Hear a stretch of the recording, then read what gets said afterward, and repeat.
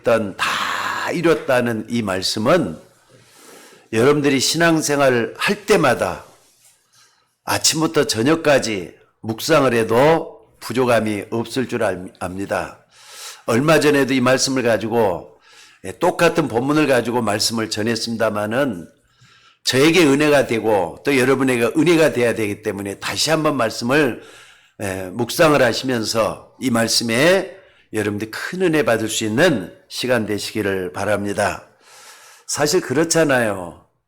개인들을 봐도 또 가정들을 봐도 문제없는 가정이 없는 것 같아요. 또 뿐만 아니라 고난을 안 당하는 가정도 없고요. 고난이 따르면은 나름대로 말이죠. 정신적인 고통, 육신적인 고통, 여기에 시달릴 수밖에 없는 게 사람들의 사는 모습인 줄 압니다. 여러분들, 사람들이 이 고통을 당하는데 어떻게 하면은 그 고통받는 것을 조금이라도 덜 당할 수 있도록 도와줄 수가 있겠습니까? 예? 또 그 사람이 고통을 받는데 어떻게 하면은 위로해 줄 수가 있겠다고 생각이 드십니까? 가정을 책임지고 있는 아빠가 말이죠. 운수업을 통해서, 그러니까 운전하는 일을 통해 가지고 그 가정을 꾸려나가게끔 만들고 있는데 아빠가 운전을 하다가 잘못돼 가지고 큰 사고가 났어요. 병원에 입원하게 됐어요. 가장이니까 생활을 책임져야 되는데 그렇게 하지 못하고 결국은 말이죠. 병원에 입원해 있는 그 아빠가 얼마 안 가서 결국은 말이죠. 사고가 워낙 크게 났는가 봐요. 세상을 떠나게 됐어요. 그러면은 딸린 식구들은 어떻게 되죠? 또 딸린 아이들은 어떻게 되죠? 참 그런 생각하면 뭐라고 이루할 길이 없어요. 슬픔을 당한 가정, 뭐라고 말해야 될지 모르겠더라고요. 여러분들, 사실 그 사람들에게 무슨 말을 한다고 해도 위로가 안 돼요. 답을 줄 수가 없기 때문에. 사실 인간에게 오는 고난과 저주와 이 고통은 근본적으로 해결할 사람이 이 땅에는 아무도 없습니다. 근데도 당하고 있으니까 가정마다 다 들어가 보면 나름대로 크고 작은 문제가 다 들어있어요. 갈등이 있고 또 문제가 산재 있고 고통이 끊칠 날이 없는 것을 볼 수가 있더라 이 말입니다. 물론 내가 잘못한 것은 회개하면은 어느 정도 해결할 수가 있고요. 또 방법을 쓰면은 또 어느 정도 해결이 될 수도 있어요. 근데 여러분들 꼭 기억하시기 바랍니다. 인간에게 있었던 하나님을 떠나게 한 죄, 그게 원죄잖아요. 원죄는 인간이 해결할 길이 없습니다. 이 원죄는 사단이 만들어 놓은 함정, 틀, 올무, 여기에 완전히 빠져 있어요. 12가지 문제잖아요. 창세기 3장, 6장, 11장, 사도행전 13장, 16장, 19장, 불신자 상태 6가지, 12가지 문제를 갖다가 성경을 딱 펼쳐보면은 결국은 하나님을 떠난 죄는 멸망받을 수밖에 없다. 여기에 귀결이 되죠. 그러니까 저주에서 빠져나올 수가 없는 겁니다. 자, 근데 여러분들, 예수님이 오죽 했으면은 하나님을 믿는 것 같으면서도 예수님이 길이 된다는 것을 믿지 않았던 유대인들을 향해서 예수님이 이런 말씀을 해요. 너희는 너희 아비 마귀에게서 났으니 너희 아비의 욕심을 너희도 행하고자 한다고. 욕심대로 산다 이 말이잖아요. 유대인들이라고 하나님을 잘 믿는 사람 같아도요, 하나님이 만들어놓은 구원의 방법을 전혀 이해하지 못하는 거예요. 그러니까 예수님이 너희는 너희 아비 마귀에게서 났다. 마귀의 자녀다. 이런 말씀을 하신 줄로 믿습니다. 여러분들은 오늘 이 시간에 다시 한번 생각을 한번 해보십시다. 사람들이 왜 고통을 당합니까? 아니, 여러분들 크고 작은 고통을 여러분들이 지금 당하고 있잖아요. 근데 그 해답은 하나님의 말씀인 성경에서밖에 찾을 수밖에 없습니다. 다른 것은 다 인간이 만들어낸 노력과 열심의 산물이라고 말할 수 있고 또 인간의 문화 속에서 나오는 것이라밖에 말할 수가 없습니다. 또 역사적으로 보면은 강대국은 그 막강한 힘으로 많은 사람을 죽이고 망하겠지만은 지내놓고 보면은 지금까지 남아있는 잘된 나라가 어디가 있습니까? 미국도 지금 한 300년 정도밖에 안 되는 나라밖에 안 되는데 초강대국이라 하지만은 저 초강대국이란 말이 언제까지 유용할 것 같습니까? 천년 왕국을 자랑했던 로마, 요번에 말이죠. 로마의 그 유산을 볼 수가 있었던 그 티리기에 그 이스탄불 박물관을 갔었어요. 근데 가보니까 말이죠. 로마의 유물들이 쫙 깔려져 갖고 있더라고요. 근데 거기에 뭐 몇 점이라고 내가 기억을 하는데 아마 세계에서 세 번째로 큰 박물관이래요.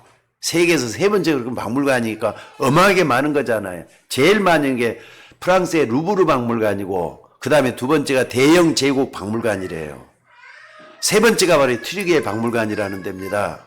그런데 거기 가보니까 그 옛날 로마 제국이 융성했던 문화들을 전부 다 담고 있더라고요. 근데 거기 보니까 뭐가 있느냐. 옛날부터 흘러내려왔던 그 조각들 있잖아요. 조각품들인데 잘려져 나간 것들이 뭐 전쟁이 일어났던 뭐가 됐든 잘려져 나간 것들. 심지어 한쪽에는요. 목만 있는 거 사람들 목만 쭉 모아놨던 게 한 50개 60개를 모아놨던 걸 모아놓은 데가 있더라고요. 또 밑으로 가봤더니 머리도 없는 것들이 밑에 있는데 얼마나 정교하게 만들어놨는지 알 수가 없어요. 조각품들. 또 옆에는 가보니까 귀금속들이 있는데 그 진짜입니다. 옛날부터 있었던 금붙이들. 근데 그게 세공을 했는데 그렇게 정교하게 해놨을 수가 없어요. 그 로마가 1000년 동안 진앙이 됐지만은 그 로마는 지금 없거든요. 그 박물관에 그거 해봤자 뭐랄까요, 폐물들, 조각품들, 쪼가리 된 조각품들 이것밖에 없더란 말이에요. 하지만은 여러분들이 가지고 있는 하나님의 말씀은 영원한 말씀이고 또 성취되는 말씀이고 생명의 말씀인 걸 믿으셔야 됩니다. 다시 한번 잘 보시기 바랍니다. 우리나라가 되었든 아니면 다른 나라가 되었든지 간에 정치인들은 나름대로 자기 주장을 내세우면서 좋은 세상을 만들겠다고 하는데 우리나라도 대통령이 누구든지 다 돼요. 대통령이 됐는데 처음에는 전부 다 유세할 때 보면은 이렇게 해보겠다고 자기 주장을 펴갖고 하지만은 그 주장대로 잘하고 있는 대통령이 누구가 있던가요? 어떤 사람이 됐던가요? 누가 대통령이 돼도 마찬가지다는 생각을 해요. 여러분들 세상을 바라보면 희망이 있다고 생각합니까? 저는 아무리 봐도 세상을 바라볼 때 희망이 없는 것 같습니다. 왜 그러느냐? 하나님을 떠난 인간의 원죄에서 못 빠져나오기 때문에 그래요. 여러분들 원죄라는 것은 무서운 겁니다. 성경에서 말하는 원죄, 이거 의미를 정확하게 알고 여러분들이 원죄 때문에 내가 이 어려움을 당하고 고통을 당하는구나 이걸 깨닫는 우리가 되셔야 될 줄로 믿습니다. 그런데 이 고통이 물건 같으면은 고통이라는 물건을 갈아치워버리고 새로 하면 될 거 아니에요. 근데 원죄는 다시 말해서 고통이라는 것은 물건이 아니기 때문에 마음대로 갈아치울 수도 없는 것 같아요. 사람들에게 다가오니 고통과 저주와 재앙은 언제 임할지 모르는 운명이라는 선을 타고 들어온다 이 말입니다. 이 운명이라는 선을 타고 조용히 그리고 갑자기 찾아오는 게 이 고통이잖아요. 어느 날 갑자기 행복했다가 잘 살다가 어느 날 갑자기 불행이 닥치는 이 운명이라는 선이 무서운 거 아닙니까? 필리핀에 가보면은요, 도시 곳곳에 뭐 마닐라라고 해도 마찬가지고 앙겔리스라 해도 마찬가지고 대도시들 가보면은요, 한쪽에는 빈민들의 판자촌이 쫙 깔려져 갖고 있어요. 그냥 산 밑에까지. 얼마나 판자촌이 많은데 그럼 양철지문으로 돼갖고 있는 게 거의 다예요. 그런데 이 사람들이 이 판잣집에서 사는데 기껏 해봤자 한 10평이나 될라나요? 15평이나 될라나? 그 정도밖에 안 돼요. 들어가 보면 막 말 그대로 돼지막 같아요. 돼지막 같아. 돼지 우리들 같아요. 근데 거기에 아이들은 또 왜 그렇게 많은지 몰라요. 적게는 한 5명이 보통이고요. 많게는 10명도 넘어요. 아이들이 우글우글해요 그냥. 우리 오세진 집사님도 필리핀에 그 빈민가 가보셨잖아요. 알잖아요. 그렇게 우글하는 거기서 사는데 이런 아이들이 이제 먹는 것 제대로 못 먹고 자라난단 말이에요. 자라나는데 그 형이 말이죠. 형이나 아니면은 오빠가 아빠가 누군지도 몰라요. 그래가지고 이제 산단 말이에요. 그런데 이 아이가 이제 커가지고 점점 하면은 이 아이들이 남자를 또 만나요. 여자를 만나고. 그럼 또 같이 또 이렇게 모여서 재밌게 좀 놀다 보면은 아기가 생겨요 또. 아기가 생겨가지고 그 아기가 또 이제 자라는데 또 마음 안 든다 또 헤어져 버려요. 아기를 누가 키우느냐? 엄마 혼자서 키워요. 그러니까는 그런 리틀 맘들이 너무나도 많아요. 너무나도 많아. 엄마 아빠가 틀리고 아빠 엄마가 또 틀리고 심지어는 또 누굽니까? 동생이 아빠가 누군지도 모를 정도로 돼갖고 있는 혼탁한 그런 게 필리핀 사회더라고요. 그러니까 그 안에서 일어나는 게 범죄잖아요. 세계에서 제일로 범죄율이 높은 데가 필리핀이라는 데란 것 같습니다. 자, 오늘 여러분들 가난이라는 이 굴레 속에 이들의 운명은 지금도 계속되고 있어요. 이 운명이라는 선이라고 하는 건 굉장히 무서운 겁니다. 지금도 원죄 때문에 세계 곳곳에서는 재앙과 고통이 끊임없이 계속되고 있습니다. 근데 이것을 해결할 수 있는 길을 하나님은 이미 우리에게 주셨어요. 그게 누구냐? 그리스도를 보내사 이 모든 재앙과 저주를 그리고 죄를 없애겠다 하시는 약속을 성취하신 줄로 믿습니다. 그래서 오늘 예수님이 십자가에서 고통을 당하실 때 어느 정도 고통을 당했느냐?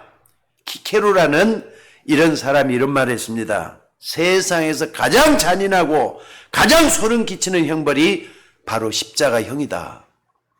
이 십자가는 원래 페리사에서 시작이 됐다 그래요. 그게 로마까지 흘러 들어왔는데 여러분들 이 로마에서 흘러 들어왔다는 그 자체는 그 당시에 로마가 세계를 제패하고 있었잖아요. 이스라엘까지 들어온 거예요, 그게. 그래서 유대의 빌라도까지 왔느냐? 솔직히 말해서 돌로 쳐주는 건 유대인들이 할 수 있는 법이에요. 근데 로마 속국에 있다 보니까 십자가형은 누가 줄 수 있느냐?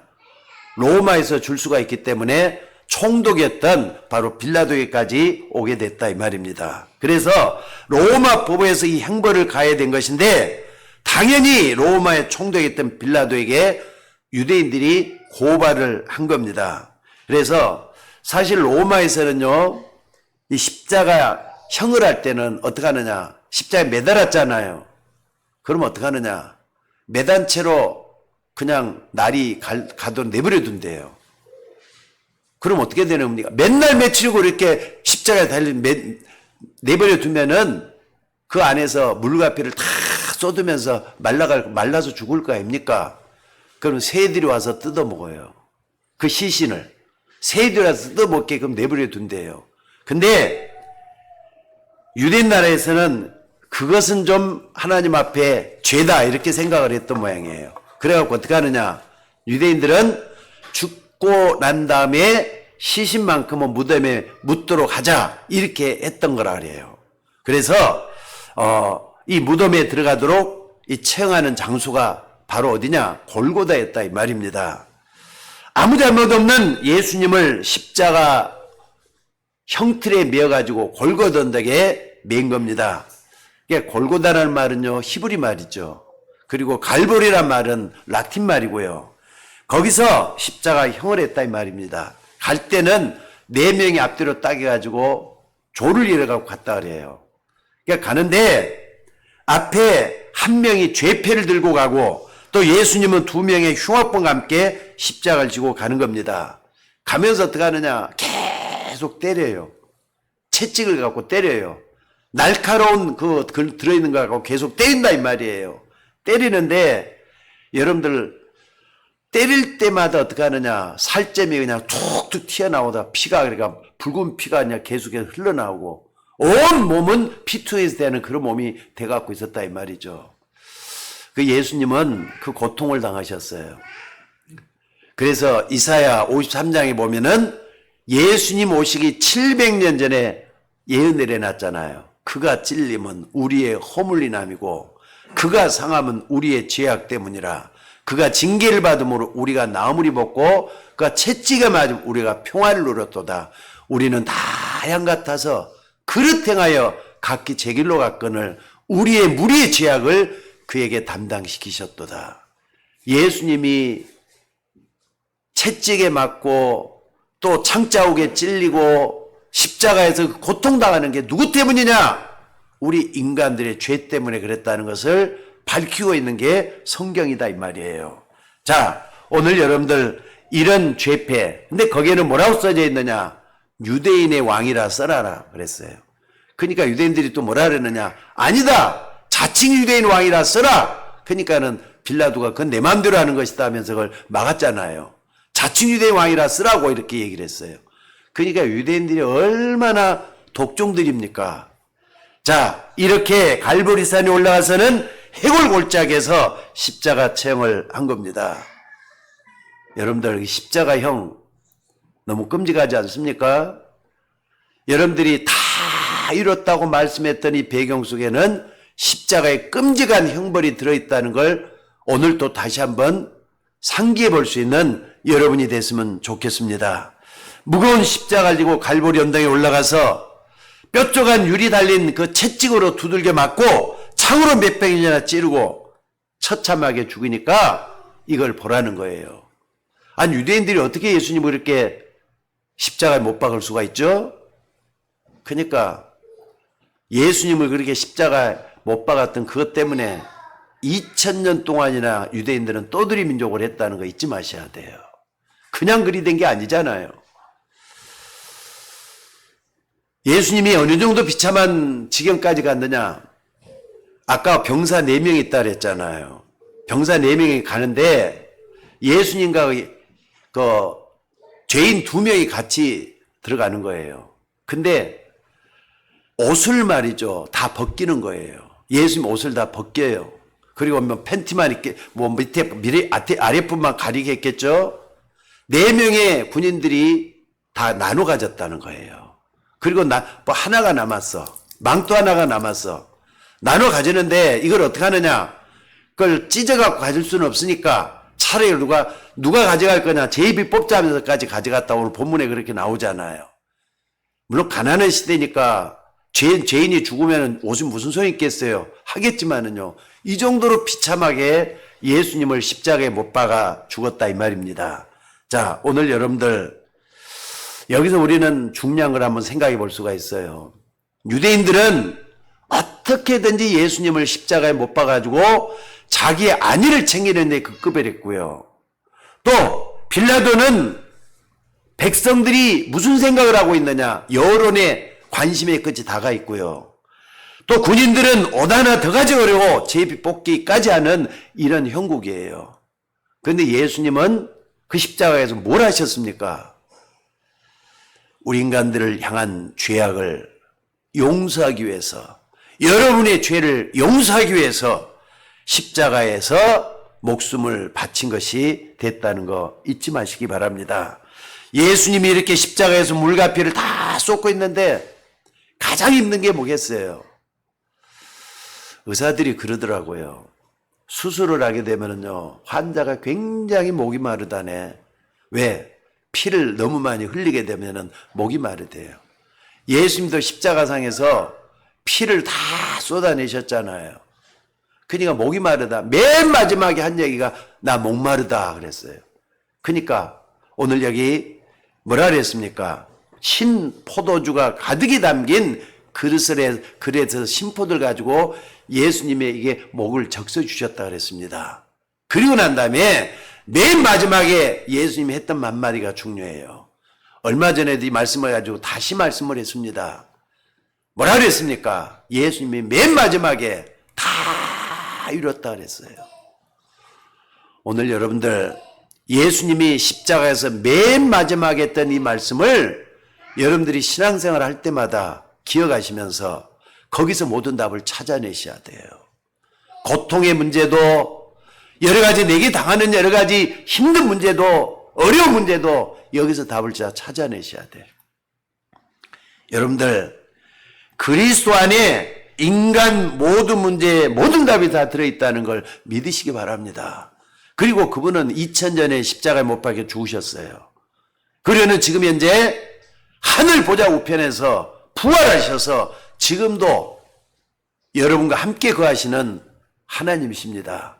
예수 그리스도는 어제나 오늘이나 영원토록 동일하시다 그랬습니다.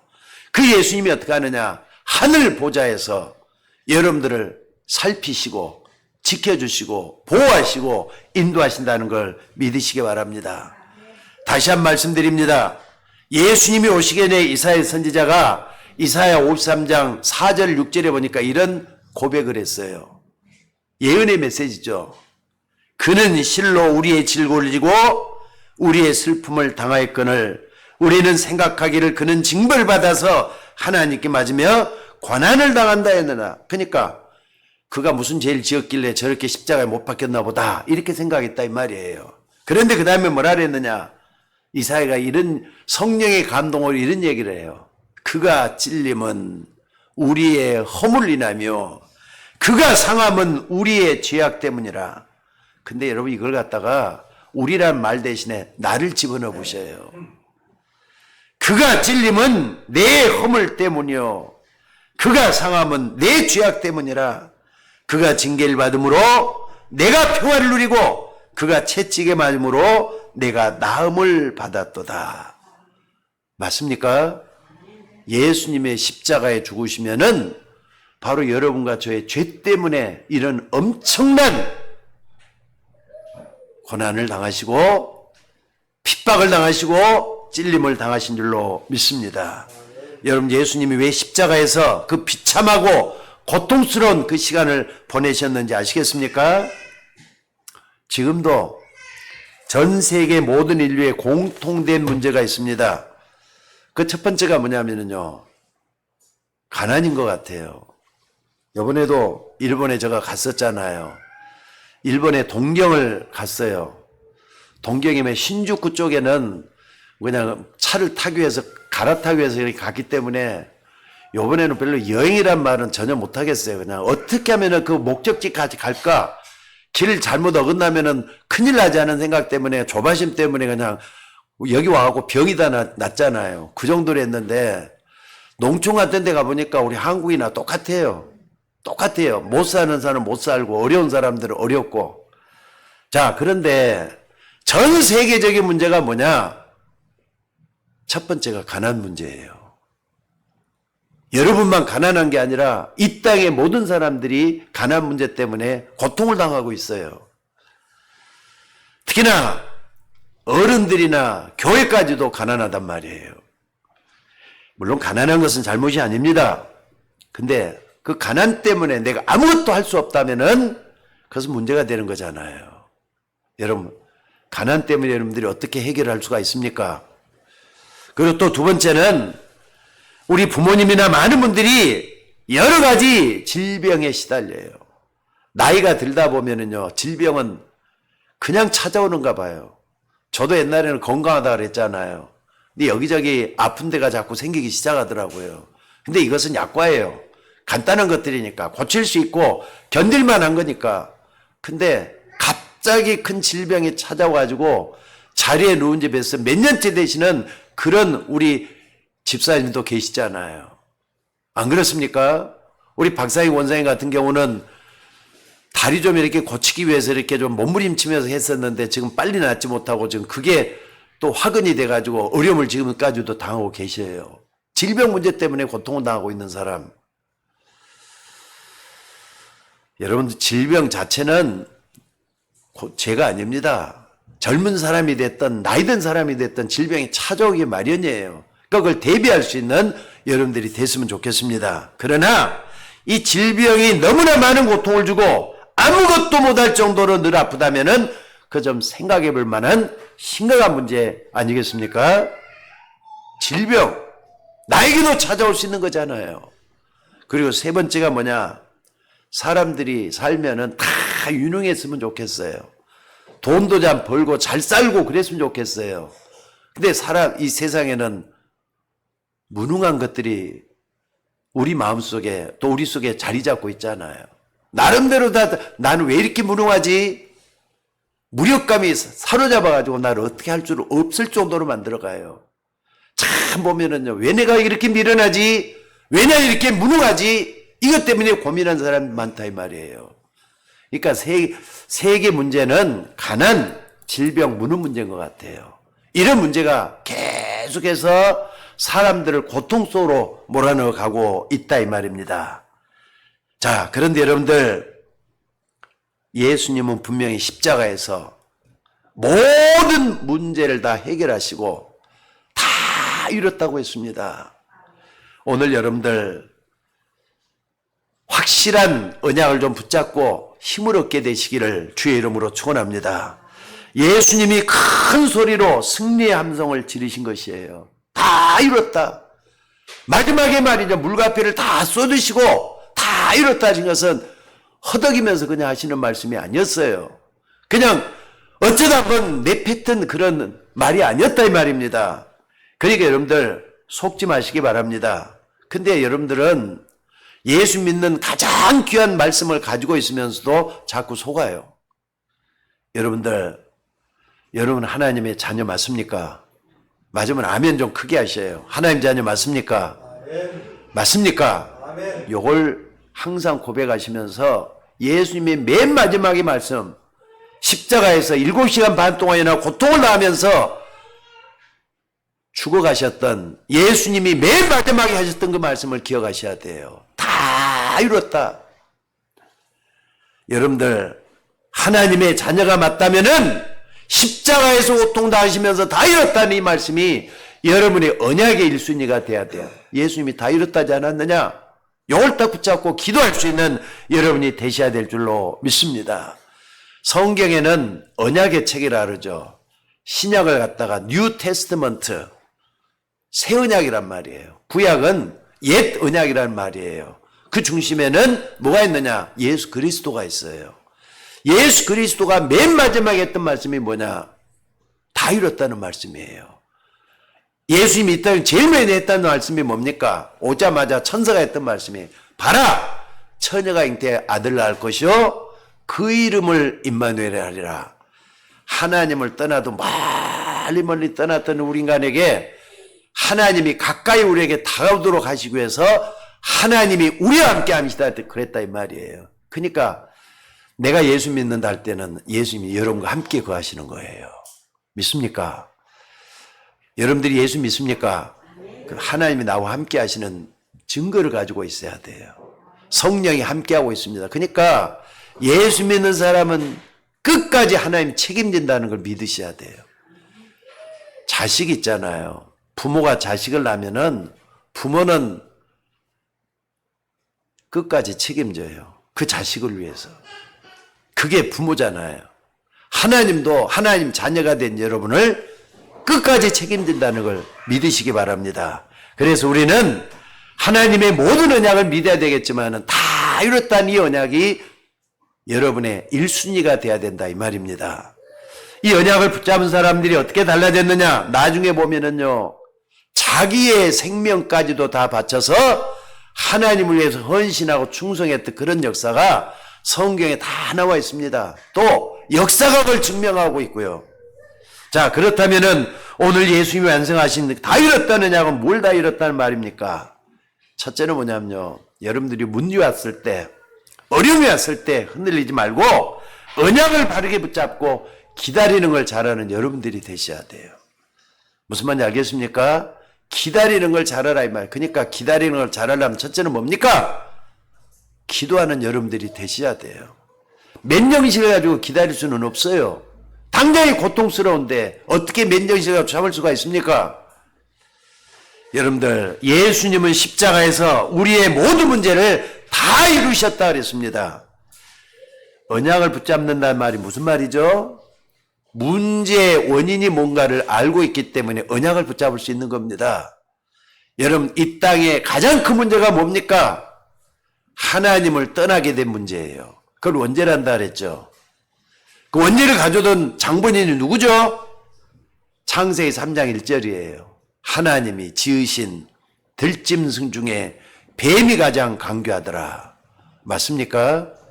맞습니까, 여러분들? 지금도 눈에 보이지 않게 전 세계를 뒤엎고 있는데 무엇보다 이 흑암은 여러분을 끝까지 무너뜨리라고 있다는 걸 잊지 마셔야 돼요. 그래서 깨어라, 근신하라. 너희 대적 마귀가 우는 사자와 같이 두루다니며 삼킬 자를 두루 찾고 있다 그랬어요. 마귀는요, 강단에서 외치는 거 외에는 실감이 안 날 거예요, 아마. 목사님은 맨날 강단에면 마귀 얘기를 하고 예수 얘기밖에 안 하더라 그러는데 그럴 수밖에 없어요.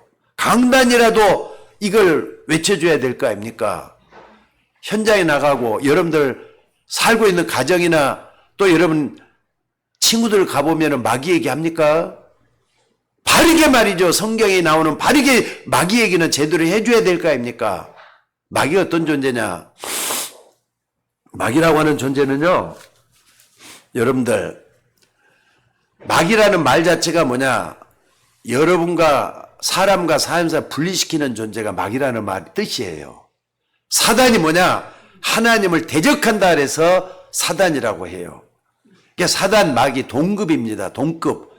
사단이라고 하고 마귀라고 하는 사자라 그랬어요. 그러니까 요한계시록 8장 3절에서 5절, 요한계시록 8장 12장에 보니까 그런 말이 나오잖아요. 옛 뱀, 곧 마귀라고 하고 사단이라는 온 천하를 꿰는 자라 그랬어요. 꿰는 자란 말이 속이는 자란 말이에요. 근데 여러분들 모르게 속여요. 남편도 모르게, 아내도 모르게, 여러분도 모르게 여러분을 속여가지고 뭐 하느냐? 자꾸 하나님하고 멀어지게 하는 일을 하고 있어요. 이거 잊지 마셔야 돼요. 그래서 여러분들 이걸 본다면은 하나님이 여기에 대해서 우리에게 대해서 해결책을 주신 게 이거예요. 왜? 인간으로서는 절대로 이 사단 문제를 해결할 수가 없기 때문에 하나님이 그렇게 하신 줄로 믿습니다. 그래서 이 땅에 하나님은 그리스도를 보내신 거예요. 여러분 요한복음 3장 16절 잘 아시죠? 하나님이 세상을 이처럼 사랑하사 독생자를 주셨으니 이는 저를 믿는 자마다 멸망치 않고 영생을 얻게 하려 함이라. 내가 멸망되는 거 문제가 아니라 마귀가 멸망받는 대로 자꾸 끌고 가는 게 문제라 이 말이에요. 그래서 멸망치 않고 영생을 얻게 하려 함이라. 옛날에 저 같은 경우는요, 성경에서 가장 귀중한 게 요한복음 3장 16절이라 그랬는데 영생이란 말 자체가 이해가 안 됐어요. 근데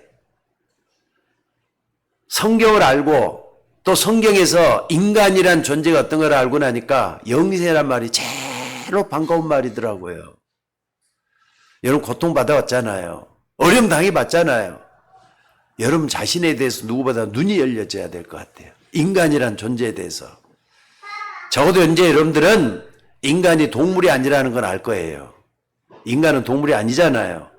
하나님의 걸작품이 인간이에요. 하나님이 인간을 여러분들에게 만드셨어요. 그 중에 여러분들이 한 명이에요. 근데 처음부터 인간은 하나님과 함께하는 존재였어요. 맞으면 아멘 하셔요. 창세기 1장에 딱 보면 하나님이 자기 형상, 하나님의 형상대로 인간을 지으셨다 그랬잖아요. 하나님이 어떤 분입니까? 자, 따라서 보세요. 영원한 존재. 예수, 하나님은 영원한 존재예요. 하나님의 형상도 영원한 거예요. 그러니까 여러분들이 영원한 존재예요. 인간은 영원한 존재란 말이에요. 그리고 하나님은 죽는 법이 없어요.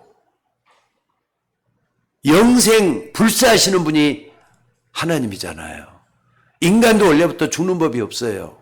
근데 육신은 어떻습니까? 때가 되면 늙게 되고 병들게 됐지만은 인간의 영혼이라는 건 없어지는 게 아니라 사라지는 게 아니라 그대로 남아있다 이 말이에요. 신기하잖아요. 하나님 인간을 창조할 때. 근데 그 인간의 영혼이 어떻게 하느냐? 영원한 거예요. 믿습니까? 그리고 믿으셔야 돼요, 이것은. 하나님의 형상대로 창조됐다는 이 말 속에 어마어마한 비밀이 다 들어있다니까. 그래서 영생이란 말은 하나님과 더불어서 영원히 함께 사는 삶 자체가 영생이란 말이에요. 죽고 난 다음에 죽지 않고 영원히 사는 그거 아니에요. 죽지 않고 영원히 사는 거 아니에요. 하나님과 더불어서 영원히 함께 사는 삶이 바로 영생이에요. 자, 그렇다면 오늘 여러분들이 다시 한번 좀 기억하시기 바랍니다. 그리스도로 이 축복을 회복하게 된 줄로 믿습니다. 그래서 저 사람이 그리스도가 1순위다.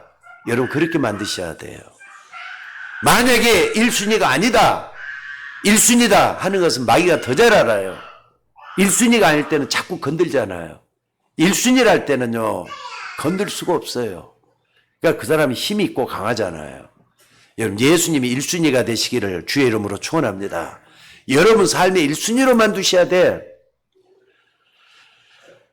여러분이 아무리 무능하고 아무리 실패하고 아무리 가난한 사람이라고 해도 이 언약을 붙잡는 순간에 흑암은 무너지게 돼 있는 줄로 믿습니다. 이것을 알고 잘 누렸던 사람들이 성경의 위대한 믿음의 사람들이었어요. 특히나 요셉, 모세, 사무엘 이런 사람들이 기다리는 걸 너무나도 잘했다 이 말이에요. 요셉 같은 경우는요, 감옥에 들어가 있었잖아요. 노예가 된 것도 노예되게 되면 노예돼서 또 감옥에 들어갔잖아요. 17년 동안이나 감옥 속에서 기다림을 했어요. 그래서 뭐 하느냐? 여호와께서 요셉과 함께 하심으로 그러니까 형통한 자가 됐다. 감옥 속에도 형통한 자가 될 정도로 기도하면서 기다렸다 이 말이에요. 여러분 기다린다 할 때는 그냥 맹 놓고 넋없이 기다리는 게 아니에요. 기도의 비밀을 누리면서 기도하는 삶을 사는 걸 얘기하는 겁니다. 모세는 사람을 죽이고 도망자가 되었지만은 미디안에서 40년 동안을 기다렸어요. 예수님께서는 마지막에 말씀을 했어요. 예루살렘을 떠나지 말고 내게서 들은 바 내게 약속하신 것을 기다리라 그랬어요. 예수님은 그러니까 여러분들은 뭘 잘했냐? 기도할 수 있는 여러분들이 되시기를 주의 이름으로 축원합니다. 그러니까 사람들이 자꾸 조급한 게 문제인 것 같아요. 조급한 거. 조급하지 말고 뭐 하느냐? 24시간 기도할 수 있는 비밀 속에 좀 들어갈 수 있는 여러분들이 되시기를 주의 이름으로 축원합니다. 할 수만 있으면 주님과 함께 동행하는 거예요. 근데 참 요즘 제가 하나님께 좀 감사한 게 하나 있어요. 그게 뭐냐면요. 내 눈이 지금 그 백내장도 들어있고 녹내장도 들어있고 그러거든요. 오른쪽 눈이 녹내장이 있어요. 근데 녹내장을 나 우습게 알았어요. 녹내장이 뭐냐면은 그 시신경이 죽어가는 병이랍니다. 근데 노인이 되면 그게 좀 흔히 찾아오는 질병이라네요. 근데 그 뭐 노인이니까 그런가 보지 갖고 아무렇지도 않으니까 안경원에서 발견했다 그랬잖아요. 그래갖고 처음에는 우습게 알고 그냥 의사가 약을 이렇게 쓰라 해도 별로 내가 그냥 안 쓰고 그랬어요. 그리고 이제 자꾸 눈이 침침하길래 병원에 가서 다시 물어봤더니 약을 어떻게 썼습니까? 그래서 그냥 썼어요. 이래갖고 얘기를 안 했어요. 그랬더니 그러면 시신경이 다 죽습니다. 한쪽이 전혀 눈을 못 보게 됩니다. 그래도 좋습니까? 하면서 약 쓰지 마세요. 그러더라고요. 겁이 덜컹 집어나잖아요. 그때부터 하느냐? 약을 넣었는데 아침에 항상 2번을 넣어야 돼요. 밤이 되면은 3개를 또 넣어야 돼요. 이쪽까지. 이쪽에 백내장이 좀 있고 녹내장 이쪽에 깊어지니까. 그래서 말이죠. 아침, 저녁으로 항상 뭐 하느냐. 약을 써야만 돼요. 옛날에는 아무것도 모르고 말이냐. 넣을 때도 있고 안 넣을 때도 있고 그냥 내 맘대로 했단 말이에요. 넣다 보니까 뭐 하느냐. 정시 기도라는 게 이렇게 해야 되겠구나 하는 생각이 들어요. 의식적으로 아침에도 의식적으로 약을 넣고 의식적으로 밤에도 약을 넣었던 것처럼 의식을 하지 않으면 기도가 안 되겠구나 하는 생각이 들어가고 그때부터 뭐 하느냐. 약 넣기 전에는 먼저 기도가 먼저 되더라고요. 여러분들 의식하면서 기도하시기 바랍니다. 그게 기도가 되기 시작하는 거예요. 근데 어쩌다 보니 까먹었다. 기도하다가 까먹었다는 건 하나님 앞에 부끄러운 일이에요. 기도 정말 하면서 기다리는 여러분들이 되시기를 주의 이름으로 축원합니다. 그래서 여러분들 고통이 왔을 때, 어려움이 왔을 때 겁내지 말고 기다리는 기도를 여러분들이 잘 하셔야 돼요. 다 오잖아요. 나만 오는 게 압도하고 다른 사람도 오고 있잖아요. 다른 사람 오는 게 아니라 나에게도 오니까 그게 문제란 말이에요. 그 여러분들 운명이 여러분을 바꿔놓을 수 있도록 만드셔야 돼요. 기다림의 축복이 여러분의 운명을 바꿔놓을 줄로 믿습니다. 그래 다른 거 붙잡지 말고 정확한 언약을 붙잡고 그 말씀이 성취되는 걸 기다리는 기도하는 여러분들이 되시기를 주의 이름으로 축원합니다. 그리고 두 번째는 뭐냐? 이제 오직을 발견하셔야 돼요. 이 세상에서 유일하게 십자가에서 다 이뤘다고 말할 수 있는 분은 예수 그리스도밖에 없습니다. 이 지구상에 어느 누구도 다 이뤘다고 말할 수 있는 분은 없었어요. 석가는 말이죠. 석가모니는 길을 찾으라고 얘기를 했어요. 근데 내가 곧 길이요 진리요 생명이라는 말은 예수님이잖아요. 그리고 길을 열으신 분이 예수님이잖아요. 그리고 우리는 예수님이 길잡이로 삼으셔야 되는 거예요. 그 사람은 망하지 않게 될 줄로 믿습니다. 소크라테스가 너 자신을 알라 이렇게 얘기를 했어요. 우리 고등학교 때부터 배웠던 말이잖아. 소크라테스 하면 너 자신을 알라. 여러분 자신을 알면 뭐가 나올 것 같습니까? 하나님 모르고 너 자신을 알게 되면 뭐가 될 것 같습니까? 인간의 비참한 모습만 발견하게 돼요. 여러분 속에 말이죠. 죄악과 욕심밖에 없는 걸 발견하게 돼요. 그래서 이걸 발견했던 어떤 사람은 나는 진짜 가망이 없나 보다. 죽음을 갖다가 우습게 알고 말이죠. 자살도 하는 사람들 많이 있어요. 오늘 예수님이 다 이뤘다고 했습니다. 예수님이 십자가에서 다 이뤘다는 말씀은 하나님의 언약의 말씀을 다 이루신 거예요. 완성하신 것이라 이 말입니다. 그렇기 때문에 죄 짓고 하나님을 떠난 아담과 하와에게 찾아오셔서 뭐라 그랬습니까? 여인의 옷이니 뱀의 머리를 상하게 할 것이다 그랬어요. 뱀은 아까 말했던 사단을 의미하는 겁니다. 사단 원세를 깨뜨리는 그 예언의 메시지를 창세기 3장부터 하셨다 이 말이에요. 그러니까 이걸 딱 붙잡으셔야 돼요. 복음이 뭐냐? 바로 창세기 3장 문제를 해결하는 창세기 3장 15절이 복음이에요. 다른 게 복음이 아닙니다. 제가 옛날에 신학교 다닐 때는 복음이 뭐냐 할 때는요. 예수 그리스도의 생애와 사상이 복음이다 이렇게 들었어요. 그것도 아니었어요. 성경을 여러분들이 정확하게 딱 들어가 보면은 창세기 3장 문제가 인류 문제예요. 모든 사람이 있는 인류 문제예요. 그걸 해결할 수 있는 방법 창세기 3장 15절의 복음이에요. 그러니까 여러분들이 아무리 행복한 사람이 이거 붙들고 있어야 돼요. 왜? 운명이라는 선을 타고 흑암이 들어오면은 꼼짝도 못할 때가 오잖아요. 그때를 막을 대비하기 위해서 이걸 받아들이셔야 돼요. 또 뿐만 아니라 출애굽기 3장 18절에 보니까 희생의 비밀이 들어있어요. 예수님의 십자가 지신 그 이유가 거기에 있잖아요. 예수님이 십자가에서 피를 흘려 죽으시면서 다 이루셨다 그랬잖아요. 그 피는 여러분의 피하고 틀립니다. 저의 피하고 틀립니다. 예수님의 피는 아담의 피가 아니에요. 죄가 전혀 없는 피기 때문에 우리를 대속할 수가 있어요. 그래서 여러분들 죄를 짓거나 내가 어려움을 당할 때마다 뭐 하느냐? 예수님의 피를 찾으셔야 돼요.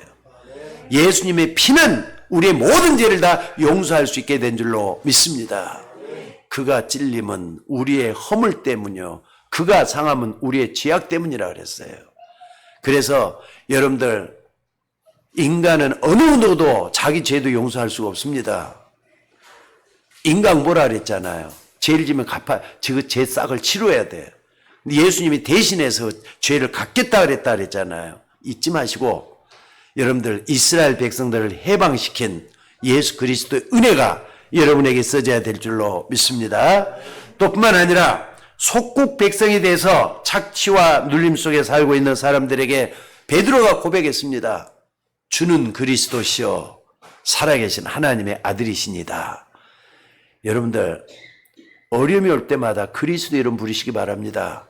누구든지 주의 이름을 부르느냐 구원을 얻으리라 그랬어요. 어려움이 올 때마다 그리스도 의지하면서 힘을 얻는 여러분이 되시기를 바랍니다. 그러다가 말이죠. 굶어 죽으면 어떡합니까? 그런 법이 없습니다. 하나님은 때가 되니까 자녀이기 때문에 책임지고 우리를 또 피할 길을 열어주시는 하나님이셔요. 예수 그리스도는 그 누구도 해결 못하는 사단의 권세, 지옥의 권세, 재앙의 권세를 끝내버렸다 이 말이에요. 그래서 히브리서 9장 26절에 보니까 그가 세상을 창조한 때부터 고난이 있었는데 자기를 단번에 제물로 드림으로 죄를 없이 하시려고 세상 끝에 나타나셨다 그랬습니다.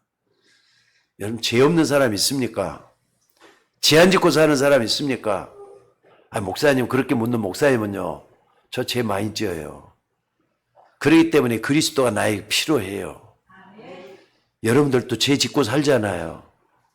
나쁜 말도 하고 거짓말도 하고 또 속이기도 하고 때로는 말이죠, 남모르게 말이죠, 나 혼자만 짓는 죄도 있잖아요. 예수님이 뭐라 그랬습니까? 대속물로 죽으셨다 그랬어요. 그래서 그분이 우리의 모든 죄를 용서할 수 있는 줄로 믿습니다. 인강보란 말이 뭐죠? 불교에서 말하는 인강보, 죄를 지었으면 죄 값을 치러야 된다는 게 인강보예요. 원인이 있으면 결과가 있다는 거예요. 불행히 살고 있는 사람은 그 불행의 원인이 있기 때문에 불행하게 살고 있다. 그러니까 죄값을 치르라. 불교에서 말하는 게 그겁니다. 근데 예수님 다 치르겠다는 거예요. 예수님이 십자가에서 다 해결하겠다는 거예요. 우리는 그거 믿어야 돼요. 왜? 예수님 다 했기 때문에. 그래서 예수님 우리는 믿기만 하면 되는 거예요. 아멘? 오늘 여러분들 십자가에서 그리스도가 다 이루셨습니다. 이걸 붙잡고 여러분의 어떤 죄든지 간에 그렇다고 뭐 죄를 함부로 지라 그런 말은 아니에요. 고의죄가 있잖아요. 또 여러분들이 안 지려고 하는데도 짓게 되는 죄가 있잖아요. 일부러 하다 보면 그게 이제 양심이 화인 맞아 버려요. 그러면 이제 그때는 정말 위험합니다. 하나님께 돌아오기도 힘들어진다는 거 잊지 마셔야 돼요. 양심이 화인 맞으면 큰일 나는 거예요. 그러니까 여러분들이 불고의, 그러니까는 나도 모르게 짓는 죄들이 하나님 앞에 용서받는 그것만 해도 얼마나 큰 겁니까? 재앙이 없어지는데, 불행이 사라지는데. 자, 마지막으로요. 여러분이 오직 복음을 발견하고 믿으면은 그게 어떻게 합니까? 이제는 여러분들이 변하기 시작을 해야 돼요. 자꾸 변해야 돼요. 초대교회 제자들은 자꾸 변하기 시작을 했습니다. 마가다락방에 모였는데 하나님의 일하시는 절대 믿고 도전하기 시작한 거라 이 말입니다. 그러니까 초대교인들은 얼마나 확신이 있었느냐. 다른 사람들이 초대교인을 보고 뭐라 그랬는 줄 아세요? 저 사람들이 아무래도 술 취했나 보다. 어떻게 저렇게 그냥 뭔가 모르게 홀려가고 사는 것 같아. 이런 말이 나왔겠어요. 뭔가 모르게 말이죠. 성령이 끌려봐서 사는 그 모습을 그렇게 표현했다 이 말이거든요. 한마디로 말해서 사람이 바뀌어버린 겁니다. 예수 믿고 바뀌셔야 돼요. 예수 믿고 변화돼야 돼요. 옛날 그대로 있으면 안 돼요.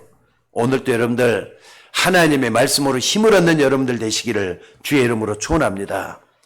여러분이 힘을 내지 않으면은 다른 사람도 살릴 수가 없어요.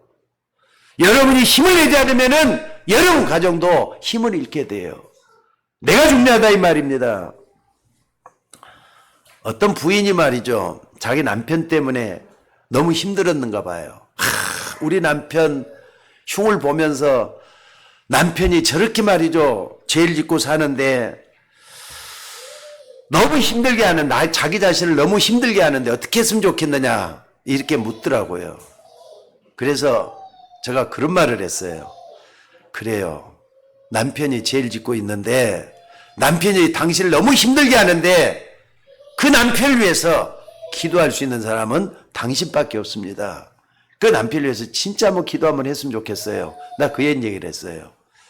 오늘 여러분들 포기하든지 아니면 도전하든지 이 둘 중에 하나를 좀 선택해 봐요. 어떻게 하겠습니까?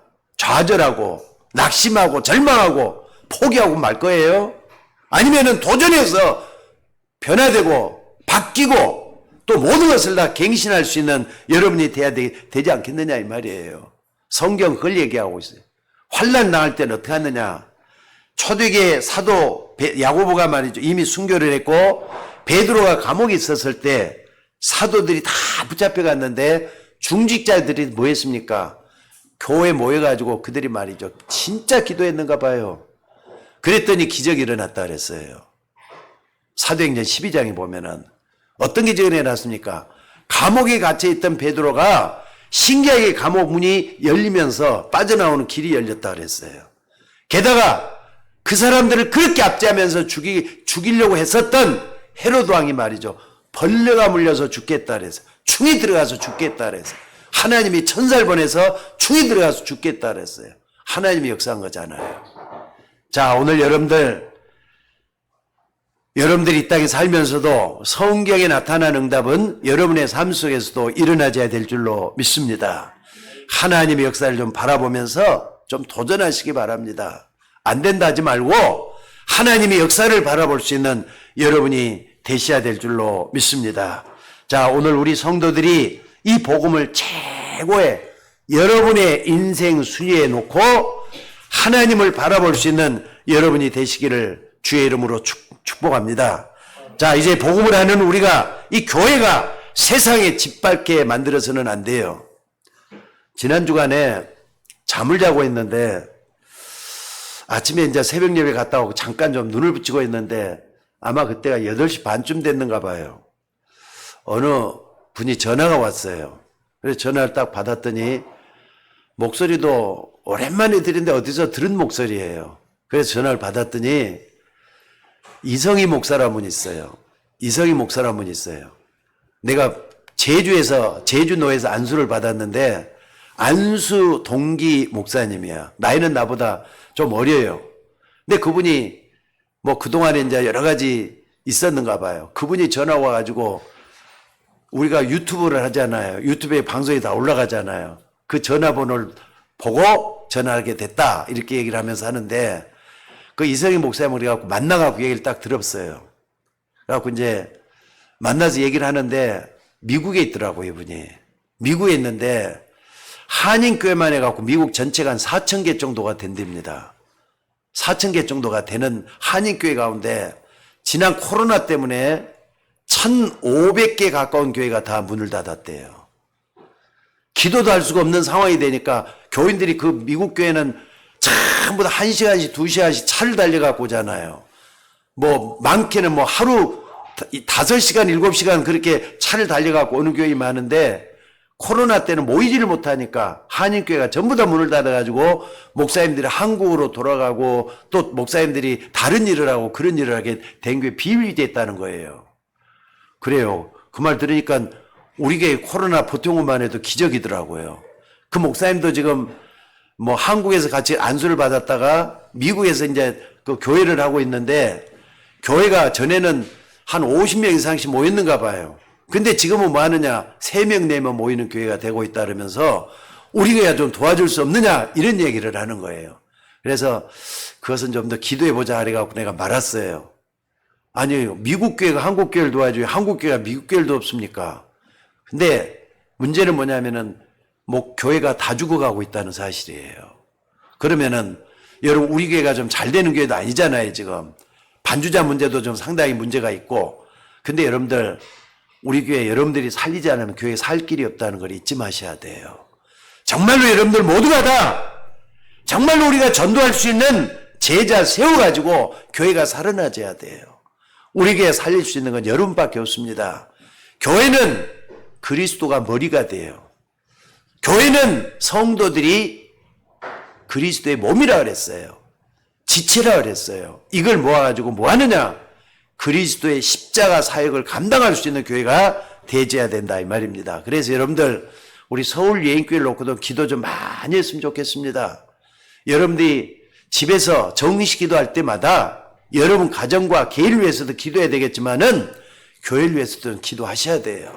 교회가 어떻게 하면은 하나님의 은혜 가운데 부흥하고 성장할 수 있는지 그리고 전도할 수 있는 교회가 될 수 있는지 기도하셔야 될 줄로 믿습니다. 그리고 바울은 말이죠. 뭐 했느냐? 전도하면서 회당을 찾아 많이 들어갔어요. 그래 17장, 18장, 19장에 쭉 보면은 뭐 하느냐? 회당을 찾아가지고 뭐 했느냐? 그리스도의 당위성을 설명했어요. 회당을 찾아간다는 건 어린 청년들을 청소년들, 어린아이들 찾아갔다는 거잖아요. 가서 뭐 했느냐? 왜 하나님을 믿어야 되는지, 왜 그리스도 믿어야 되는지 이걸 설명을 했어요. 그리스도 아니면 멸망받잖아요. 맞습니까? 우리는 다른 이름으로서 구원을 얻을 수 없다. 천하인간의 구원을 얻을 만한 다른 이름을 주신 적이 없다. 이 말씀을 딱 붙잡고 내가 구원받았으면 어린아이들을 살려야 돼요. 이게 사도 바울이 붙잡았던 후대 사역이었습니다. 또 18장 같은 데서는요, 회당에 들어서 뭘 가르쳤느냐? 예배와 기도를 가르쳤어요. 청년들이, 어린 아이들이 예배가 뭔지 기도가 뭔지를 제대로 배웠다 이 말이에요. 그리고 19장에 가서는 하나님 나라의 그 일을 가르쳤다 그랬어요. 여러분, 하나님 나라 그 일을 알게 되면은 힘을 얻게 됩니다. 힘있게 살아갈 수가 있습니다. 오늘 교회가 그걸 할 수 있도록 교회를 위해서 기도하는 여러분들이 되시기를 바랍니다. 자, 그랬는데 바울이 이렇게 해가지고 후대 사역을 힘쓴 그 결과 250년이 지났어요. 제우스라든지 또는 아프로테니테라든지 또는 이렇게 아폴로라든지 이런 우상을 섬기는 신을 믿었던 로마가 또 그리스가 기독교 국가로 바꿔졌어요. 250년 만에. 대단한 일 아닙니까? 그러니까 우리 후대에 키워야 돼요. 여러분들 특별히 박주아 권사님을 놓고 기도 좀 많이 해주시기 바랍니다. 사모님을 놓고 기도 좀 많이 해주시고요. 지금 몸부림치면서 금요일마다 나가서 이렇게 어린아이들 전도하고 있어요. 열매 맺을 수 있도록 기도해 주시기를 바랍니다. 자, 오늘 여러분 결단 좀 하십시다. 속지 말고 좀 결단하자 이 말입니다. 여러분들은 가치 없이 막 살아야 되는 그런 사람이 아닙니다. 여러분 구원받는 하나님의 자녀입니다. 맞으면 아멘 좀 크게 하셔요. 맞습니까? 그렇다면 그냥 신앙 생활하지 말고 결단하라 이 말이에요. 예수 그리스도는 우리가 잘 먹고 잘 짜고 재밌게 살라고 십자가에 못 박혀 죽으신 분이 아니에요. 예수님은 여러분들이 감기나 고쳐주고 또 피로 회복제로 예수님이 이 땅에 오신 분이 아닙니다. 예수님은 이 십자가에 돌아가는 건 어마어마한 하나님의 진리예요. 이 땅에 죄로 말미암아 죽을 수밖에 없는 이 땅의 사람들을 구원하기 위해서 대속의 죽음을 죽으신 예수님인 줄로 믿습니다. 자, 그렇다면은 우리가 먼저 그리스도 살아있는 체험을 하셔야 돼요. 아, 그리스도가 나의 영원한 십자가의 하나님이셨구나. 이걸 체험을 하셔야 돼요. 그리고 여러분들이 나가서 당신도 그리스도 믿어야 된다. 이걸 증거할 수 있는 우리 모두가 되셔야 될 줄로 믿습니다. 자, 기도하겠습니다. 우리가 내리는 오늘의 결단은 우리의 미래를 좌우하게 될 줄로 믿습니다. 아버지 하나님, 우리가 예수 그리스도를 믿는 이 믿음으로 많은 사람을 살려낼 수 있도록 인도하여 주옵소서. 특별히 우리 서울예인교회 같이 신앙생활하는 주의 종들이 참으로 교회의 한 공동체로 믿음의 한 축을 담당하고 있는 것을 깨닫고 함께 나가는 종들 되게 하시고, 아버지 하나님, 우리가 교회를 살려내고 많은 사람을 살려낼 수 있는 우리가 되도록 인도하여 주옵소서. 그리스도 십자가의 죽음 다 이뤘다고 하는 이 메시지가 내 마음속에 일주일 내내 메아리쳐 올라올 수 있도록 성령으로 역사하여 주옵소서. 감사드리며 우리를 구원하신 예수님의 이름으로 기도드리옵나이다. 아멘.